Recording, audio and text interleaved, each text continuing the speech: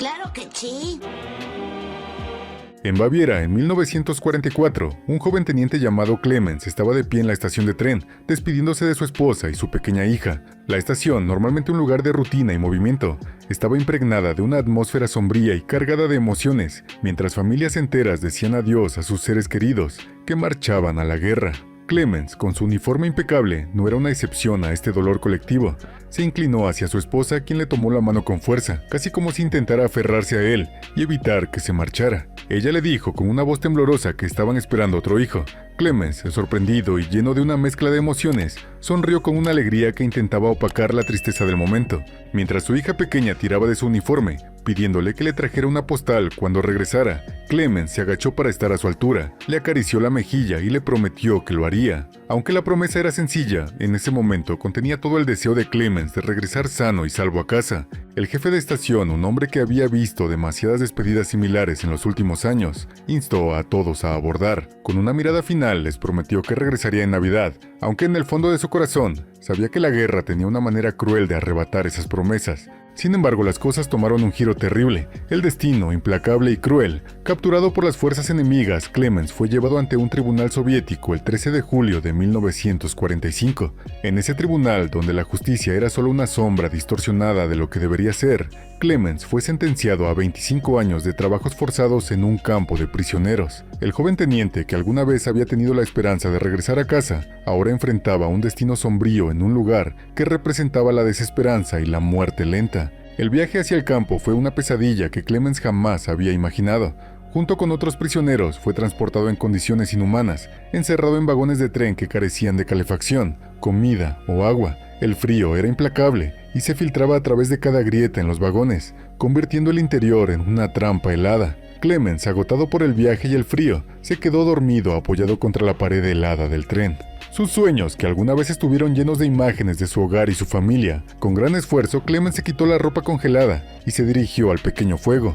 Cada movimiento era doloroso y el frío mordía su piel como miles de agujas. Sabía que mantener ese fuego vivo era su única esperanza de sobrevivir a la noche, aunque apenas proporcionaba el calor necesario para mantener la vida. Mientras Clemens se esforzaba por avivar las brasas, se ordenó a los demás prisioneros que se giraran hacia el otro lado, como si mirar al fuego fuera un lujo que no se les permitía. Fue en ese momento que Clemens se dio cuenta de que uno de sus compañeros había muerto congelado. El cuerpo inerte yacía a pocos metros de él, una visión aterradora de lo que les podría pasar a todos si las cosas no cambiaban pronto. En octubre de 1945, cuando las hojas empezaban a caer en Baviera, la guerra continuaba su curso destructivo. Un cartero llegó a la modesta casa de Lynn, la hija de Clemens, con una carta para su madre. La niña, siempre ansiosa por cualquier noticia de su padre, sin detenerse, corrió tan rápido como pudo hasta el lugar de trabajo de su madre, que estaba en la iglesia. Allí, sin aliento, irrumpió en la iglesia y le entregó la carta a su madre, esperando que trajera buenas noticias. La madre, con manos temblorosas, abrió la carta rápidamente. Era una respuesta de la Cruz Roja, pero sus palabras no contenían el consuelo que tanto esperaban. Desafortunadamente, la organización no tenía información sobre Clemens. La esperanza que había sostenido a la familia se desmoronó en un instante. Devastada, la niña se dirigió a una estatua de la Virgen María, que estaba en una pequeña capilla dentro de la iglesia. Se arrodilló ante la estatua y comenzó a orar, suplicándole que trajera a su padre de vuelta a casa. Mientras tanto, en algún lugar lejano y frío, el tren que transportaba a Clemens y a los otros prisioneros continuaba su avance a través de las llanuras nevadas de Siberia. Clemens, sintiendo el peso del destino sobre sus hombros, le pidió a uno de sus compañeros de prisión que le explicara dónde estaban y a dónde los llevaban. El hombre, un veterano de muchas batallas perdidas, aceptó y con dedos temblorosos por el frío, dibujó un mapa en la pared congelada del tren. El mapa, aunque rudimentario, revelaba la vasta distancia que aún les quedaba por recorrer. Al ver la distancia que los separaba de su destino, los prisioneros comenzaron a darse cuenta de que tal vez nunca llegarían. La muerte por frío y hambre parecía una certeza más que una posibilidad.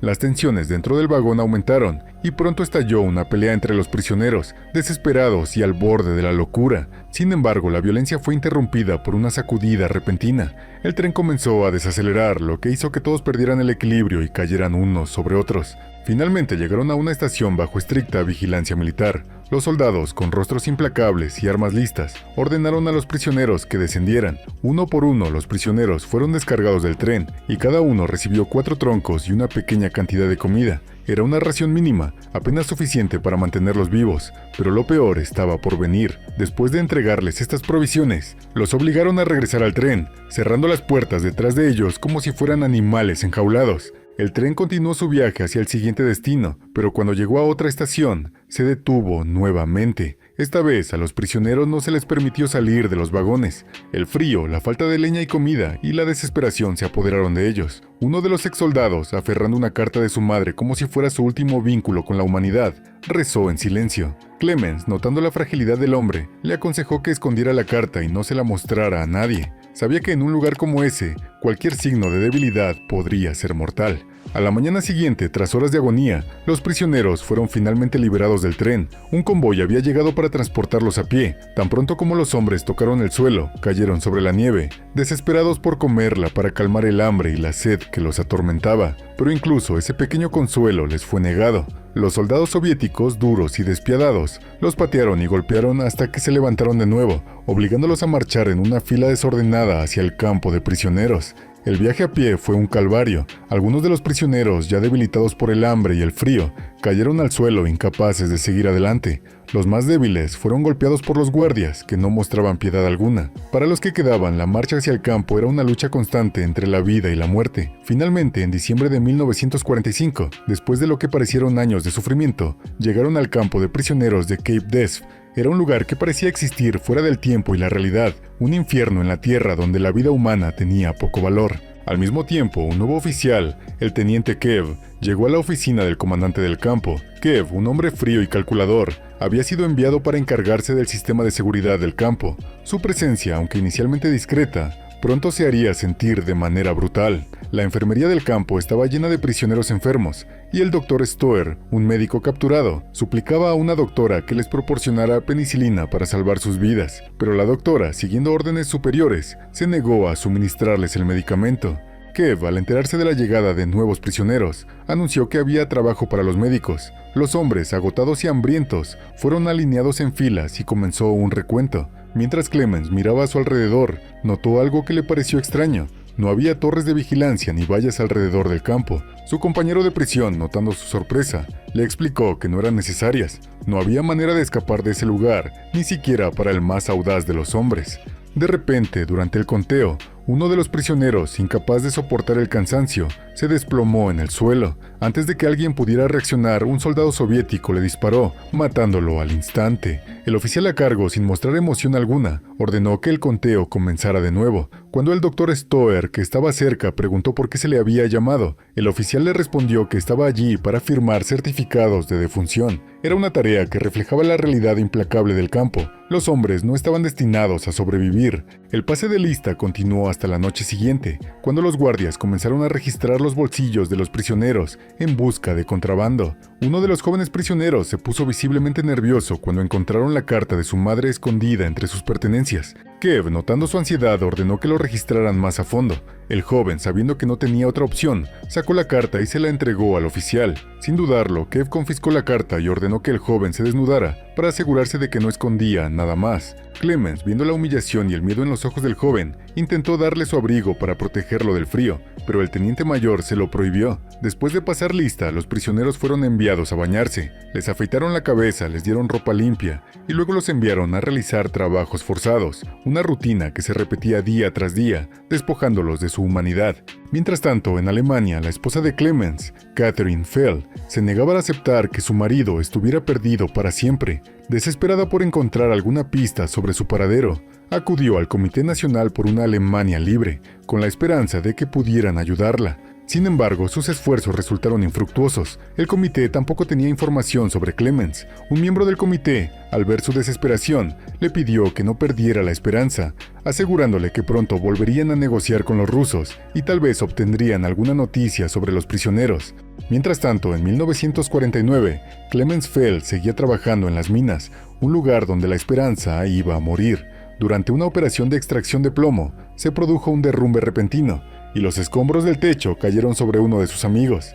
Clemens, viendo el peligro, corrió hacia él para intentar salvarlo, pero ya era demasiado tarde. Su amigo había muerto aplastado bajo las rocas. Poco después, un soldado soviético entró en la mina y le ordenó a Clemens que informara a Kev sobre lo ocurrido. Kev, quien había leído en el expediente de Clemens que era mecánico, le ordenó que reparara un generador que había dejado de funcionar. Mientras Clemens trabajaba en la reparación, su mente no podía dejar de pensar en escapar. Sabía que la vida en el campo era una sentencia de muerte lenta, y la única forma de sobrevivir era huir. Esa misma noche, Clemens se coló en un carro minero, con la esperanza de que lo llevara fuera del campamento. El carro comenzó a moverse lentamente, pero antes de que Clemens pudiera llegar a un lugar seguro, fue descubierto por los guardias. Su intento de fuga fallido lo llevó de nuevo a las garras del campo, donde fue recluido en régimen de aislamiento. Mientras estaba en aislamiento, un oficial entró en la celda de Clemens y le informó que su fuga había sido inútil. Le explicó que la Unión Soviética tenía un acuerdo con los Estados Unidos, por el cual cualquier prisionero que lograra huir a Alaska sería entregado de vuelta a las autoridades soviéticas. Después de unos días en el aislamiento, el oficial ordenó que Clemens fuera liberado y devuelto con sus compañeros de prisión. Sin embargo, su regreso no fue recibido con alivio. Los demás prisioneros, enfurecidos y sintiéndose traicionados por su intento de fuga, lo atacaron brutalmente, golpeándolo casi hasta matarlo. Fue solo gracias a la intervención de uno de sus amigos que la golpiza se detuvo antes de que fuera fatal. El Dr. Stower fue enviado a la celda de Clemens para atender sus heridas. Mientras lo curaba, le informó que los demás prisioneros no habían sido alimentados durante 4 días como castigo por su intento de fuga. Le advirtió a Clemens que intentar escapar sin una planificación cuidadosa era un acto imprudente que solo traería más sufrimiento. Viendo el estado deplorable en el que se encontraba Clemens, que permitió que lo llevaran a la enfermería para que recibiera atención médica. Mientras estaba acostado en la enfermería, Clemens, desesperado por cualquier rayo de esperanza, le rogó al Dr. Stower que lo ayudara a enviar una carta a su familia. El médico, con el corazón apesadumbrado, le dijo que no había manera de que la carta llegara a su destino, pero aún así prometió hacer lo posible. Mientras tanto, en su casa en Alemania, la esposa y la hija de Clemens continuaban esperando alguna noticia de él, sentadas en la mesa de la cocina, mirando un mapamundi que parecía cada vez más vasto y vacío. La niña, Alian, soñaba con escribirle una carta a su padre, pero sabía que encontrarlo en un país tan grande como Rusia era una tarea imposible sin una dirección exacta. Después de recuperarse de la golpiza, Clemens habló con el Dr. Stower y le confió su deseo de escapar nuevamente. El Dr. Stower, aunque preocupado, sabía que Clemens no tenía otra opción si quería sobrevivir. Le dijo que escapar era posible, pero que necesitarían planificar cada detalle con cuidado. Le explicó que necesitarían ropa de civil, buenos zapatos, una brújula, suministros de comida y una manera de iniciar un fuego en un clima donde las temperaturas podían caer hasta los 40 grados bajo cero. El Dr. Stower se comprometió a ayudar a Clemens en su plan de fuga. Esa noche, durante un chequeo médico de rutina, la doctora notó que Clemens tenía fiebre y necesitaba penicilina. Sin embargo, Kev, que estaba observando de cerca, no estuvo de acuerdo con el diagnóstico y ordenó que le dieran el alta a Clemens, devolviéndolo al campo de trabajo. Al darse cuenta de que esta podría ser su última oportunidad, el Dr. Stower le dijo a Clemens que fuera a su habitación esa noche. Con el corazón acelerado, Clemens se escabulló cuidadosamente y en silencio hacia la habitación del médico. Una vez allí, el Dr. Stower le mostró un mapa, explicándole en qué dirección debía ir y dónde encontrar los suministros escondidos que había preparado para él. También le dio su propia ropa, una brújula y una pistola cargada. Antes de que Clemens partiera, el médico le entregó una lata con una dirección grabada en ella. Le explicó que había estado planeando su propia fuga, pero que 2 meses atrás había descubierto que tenía cáncer, lo que había hecho que desistiera de su plan. Antes de despedirse, el Dr. Stower le pidió a Clemens un último favor, que visitara a su esposa y le dijera que había muerto en febrero de 1949 o en 1950, para que pudiera encontrar consuelo en la idea de que había muerto rodeado de flores en primavera. Luego se corrigió, diciendo que sería mejor decirle que murió en mayo, para que pudiera imaginar un funeral rodeado de la belleza de la naturaleza. También le aconsejó a Clemens que no se dirigiera hacia el oeste, ya que allí es donde lo estarían buscando. En su lugar debería ir al norte, hacia el mar, donde tendría más posibilidades de escapar. Después de darle sus últimas instrucciones, el Dr. Stower escuchó un ruido en el pasillo. Mirando hacia la puerta, vio a Kev discutiendo acaloradamente con el Dr. Paka Matova, mientras los gritos de un paciente resonaban en el aire. El oficial estaba acosando a la mujer, pero después de que ella lo abofeteó, se alejó, dejándola en paz. El Dr. Stower, sabiendo que el tiempo era crucial, instó a Clemens a irse rápidamente antes de que los guardias descubrieran su ausencia. Con un último apretón de manos, Clemens salió del edificio y se dirigió hacia el lugar donde estaban escondidos los suministros. Era una noche fría y oscura, y cada crujido bajo sus pies lo hacía temer ser descubierto. Finalmente encontró la mochila escondida con los suministros y comenzó su viaje hacia la libertad. A la mañana siguiente, cuando los soldados soviéticos descubrieron la desaparición de Clemens, el caos se desató en el campo. Irrumpieron en la oficina del Dr. Stower para pedir explicaciones, solo para encontrarlo muerto en su escritorio. Había dejado una nota breve explicando que se había quitado la vida para evitar las represalias por ayudar a un prisionero a escapar. Mientras tanto, Clemens, usando la brújula para orientarse, avanzaba a través de la nieve. De repente escuchó voces detrás de él y al darse vuelta vio un equipo de trineos con perros persiguiéndolo. Por temor a ser atrapado, comenzó a correr con todas sus fuerzas. Los trineos se acercaban cada vez más y el frío mordía su piel. En un momento de desesperación, Clemens tropezó y cayó, pero para su sorpresa, los trineos pasaron de largo sin notar su presencia. Se levantó lentamente mirando a su alrededor. No había nadie a la vista, solo la mochila que había dejado cerca. En el campo, los prisioneros restantes estaban siendo castigados por la fuga de Clemens. Kev, furioso, ordenó una búsqueda exhaustiva en un radio de cientos de kilómetros. Sabía que Clemens todavía estaba vivo y estaba decidido a capturarlo. Mientras tanto, Clemens seguía su camino, pero el agotamiento, la falta de comida y el frío extremo comenzaron a pasarle factura. Un día, mientras cruzaba un vasto campo nevado, Clemens se dio cuenta de que había estado caminando en círculos. Sus propias huellas lo traicionaron, mostrándole lo inútil de su esfuerzo. Desesperado, cayó de rodillas y comenzó a orar, pidiendo fuerzas para continuar. En ese momento escuchó un sonido inesperado. Levantó la vista y vio una foca en la distancia. Con manos temblorosas sacó su pistola y disparó, pero falló. La foca, asustada, huyó. Clemens, determinado a encontrar comida, la persiguió a través del hielo, pero resbaló y cayó al agua helada. Con gran esfuerzo logró levantarse y finalmente dispararle a la foca. Mientras abría el cuerpo del animal, Clemens se disculpó en voz baja por tener que matarla. Cocinó la carne sobre un fuego improvisado y después de comer continuó su viaje, pero la soledad y el frío eran abrumadores.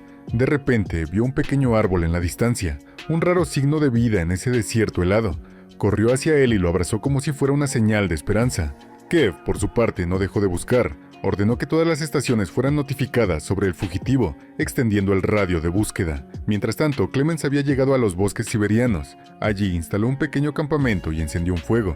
Justo cuando el fuego comenzaba a calentar sus manos congeladas, dos hombres emergieron del bosque. Lo reconocieron como un alemán fugitivo y le ofrecieron llevarlo con ellos. Le advirtieron que se acercaba una tormenta de nieve y que no sobreviviría solo. Pero Clemens, desconfiado, se negó. A la mañana siguiente, la tormenta de nieve golpeó con toda su fuerza. El viento era tan fuerte que derribó a Clemens, pero él siguió adelante, luchando contra la tempestad. De repente, los árboles comenzaron a caer a su alrededor, y uno de ellos se estrelló directamente encima de él. Los hombres que había rechazado la noche anterior regresaron y apartando las ramas vieron que Clemens aún estaba vivo. Uno de ellos, que se presentó como Seon, le preguntó por su nombre. Clemens, temeroso de revelar su identidad, se presentó como Peter. Después de liberarlo del árbol caído, Seon y su compañero le ofrecieron nuevamente viajar juntos, y esta vez Clemens aceptó. Los tres continuaron su viaje, enfrentando juntos los peligros del desierto helado. En la primavera de 1950 llegaron al este de Siberia, donde construyeron una balsa para cruzar el río.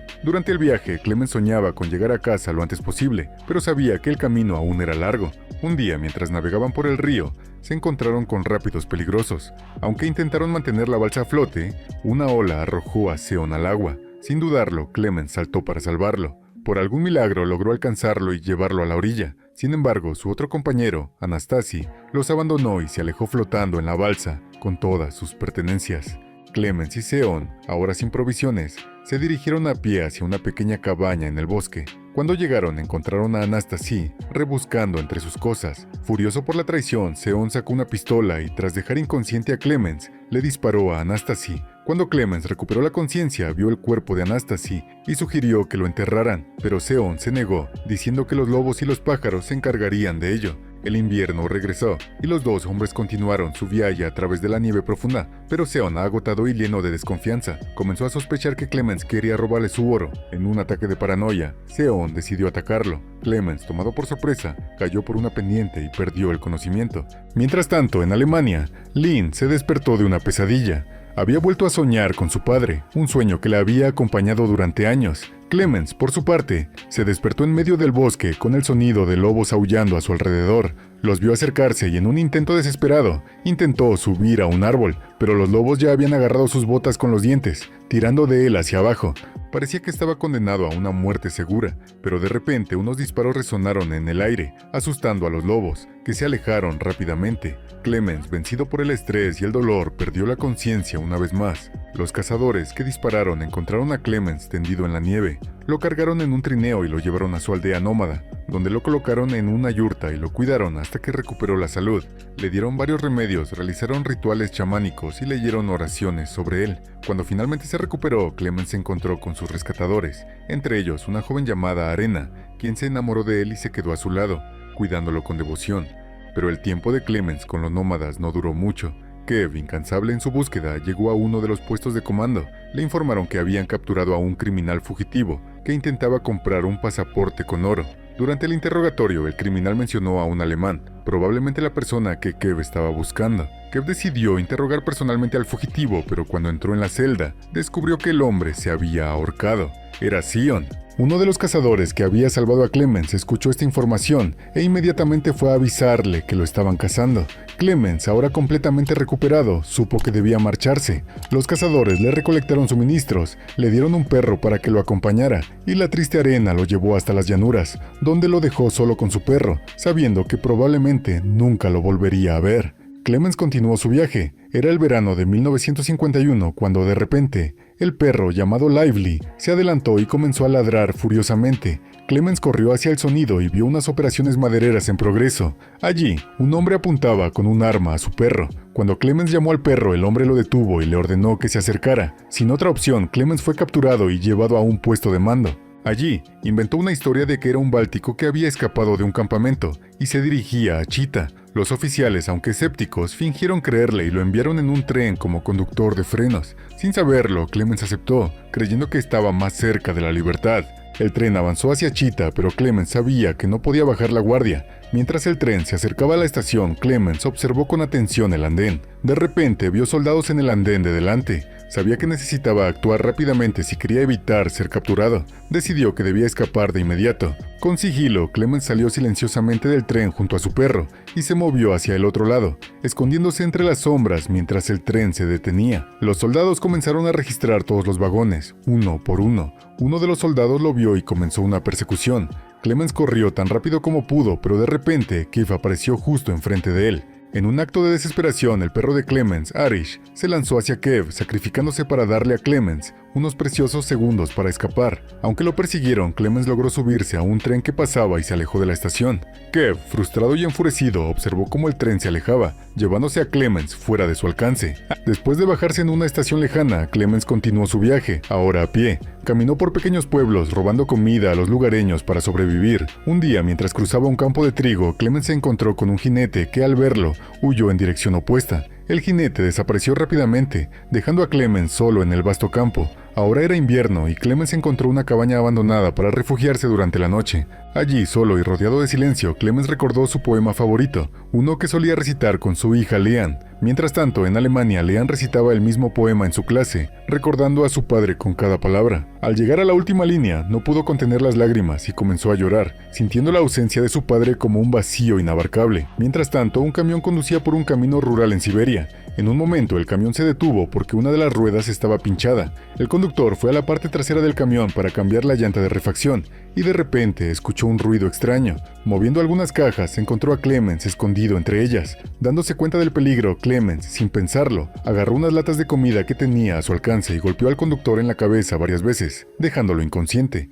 En agosto de 1952, Clemens finalmente llegó a Asia Central, un lugar que parecía sacado de otro mundo. Deambuló por un mercado local lleno de gente sonriente, vestida con ropas de colores brillantes. Los deliciosos aromas de la comida llenaban el aire, despertando un hambre intensa en Clemens, pero no tenía dinero. Unas chicas que vendían panes planos notaron su condición y con compasión enviaron a un niño a ofrecerle un poco de pan. Clemens lo devoró con avidez, agradeciendo en silencio el gesto.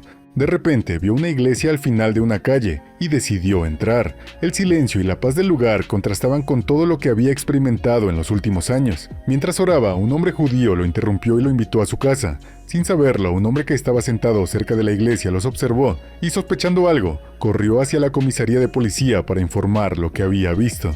En la casa del hombre judío, Clemens escuchó una historia desgarradora. 2 de los hermanos del hombre habían sido asesinados por los alemanes durante la guerra, pero a pesar de ello, el hombre no guardaba rencor. Sabía que no todos los alemanes eran así, y estaba dispuesto a ayudar a Clemens a escapar. Le explicó que necesitaba abandonar la URSS lo antes posible, pero para eso requería un pasaporte y un permiso de salida. El hombre sugirió que Clemens adoptara el nombre de Peter para facilitar su fuga. Clemens aceptó y después de seleccionar una foto, el hombre se dirigió a solucionar el problema del pasaporte. Mientras el hombre se ocupaba de los trámites, Clemens se dio una ducha por primera vez en mucho tiempo, sintiendo el agua limpiar no solo su cuerpo, sino también parte del peso de su sufrimiento. Mientras tanto, Kev, incansable en su búsqueda, aceleraba hacia la ciudad en Asia Central. Sin embargo, cuando el hombre judío regresó a su casa, descubrió que Clemens ya se había ido. Preocupado, lo buscó por las calles hasta encontrarlo en la iglesia, donde le entregó el pasaporte y el permiso de salida.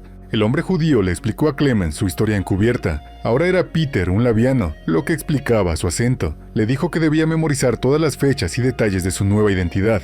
Luego instó a Clemens a darse prisa, ya que el vehículo que debía llevarlo estaba a punto de partir de la plaza principal. Clemens llegó a la estación de tren, presentó su pasaporte para su inspección y vio algunas postales que le recordaron la promesa que le había hecho a su hija. Compró una postal y subió al tren. En ese momento, el oficial Kev llegó a la casa del hombre judío, sabiendo que había ayudado a Clemens, aunque no tenía pruebas. De repente, el judío se sintió enfermo, se agarró el pecho y se desplomó. Antes de morir, admitió haber ayudado a Clemens, dejando a Kev sin más información que pudiera utilizar. Mientras Clemens viajaba hacia la frontera, una patrulla detuvo el vehículo que transportaba a los pasajeros y les informó que un deslizamiento de tierra había bloqueado el camino, obligándolos a tomar un desvío. Clemens, impaciente por llegar a su destino, preguntó si era posible caminar hasta la frontera. Le dijeron que estaba bastante lejos, pero a pesar de esto, decidió continuar a pie. Finalmente, Clemens llegó a la frontera entre la URSS e Irán. Después de pasar por el control de pasaportes, cruzó la valla y respiró profundamente, sintiendo por primera vez en años que la libertad estaba a su alcance. Sin embargo, al cruzar un puente, se encontró inesperadamente con Kev. Los dos hombres se miraron fijamente, pero para sorpresa de Clemens, Kev no lo arrestó. En su lugar, se hizo a un lado y dejó que Clemens pasara. Mientras Clemens pasaba junto al oficial soviético, Kev dijo con voz firme que todavía se consideraba el vencedor. Clemens, sin responder, siguió caminando, dejando atrás a Kev y a la Unión Soviética para siempre. Una vez en Irán, Clemens fue nuevamente encarcelado, ya que las autoridades iraníes sospechaban que podría ser un espía ruso. A pesar de identificarse como Clemens Fell y afirmar haber escapado del cautiverio en KPDSV, su historia parecía tan increíble que las autoridades decidieron investigar más a fondo. En diciembre de 1952, Clemens fue llevado a una habitación donde lo esperaba un hombre que afirmaba ser su tío. Sin embargo, el tío no lo reconoció. Desesperado por probar su identidad, Clemens le pidió que sacara un álbum de fotos. Al hojear las páginas, Clemens vio una foto de sí mismo, una que había regalado a su madre por su cumpleaños en 1939. Cuando los hombres voltearon la foto, vieron una inscripción en la parte posterior, exactamente como Clemens la había descrito. Con lágrimas en los ojos, el tío finalmente reconoció a Clemens y se abrazaron con alegría y alivio. Finalmente, Clemens Fell estaba en camino a casa. Caminó por las calles cubiertas de nieve, su casa frente a él. Cada paso lo acercaba más a la paz que tanto había anhelado. Mirando por la ventana, vio una acogedora sala de estar, un árbol de Navidad decorado y a su familia. Su esposa, hija e hijo, todos juntos. Escondido en la esquina de la casa, observó cómo se preparaban para ir a la iglesia. Dentro de la iglesia, un coro cantaba villancicos, y la mirada de Lian se dirigió a la estatua de la Virgen María, a la que había rezado tantas veces por el regreso de su padre. De repente, algo la hizo darse la vuelta. Al final del pasillo se encontraba Clemens, su padre, el hombre que había esperado durante 7 largos años. Lian no podía creer lo que veía. Lentamente se levantó y caminó hacia él, arrojándose a sus brazos. Katrina, siguiendo a su hija, avanzó hacia ellos con las manos temblorosas y lágrimas de alegría en sus ojos. Tocó la cara de Clemens, asegurándose de que no era un sueño, y finalmente, después de tanto sufrimiento, la familia se reunió como se había prometido en Navidad.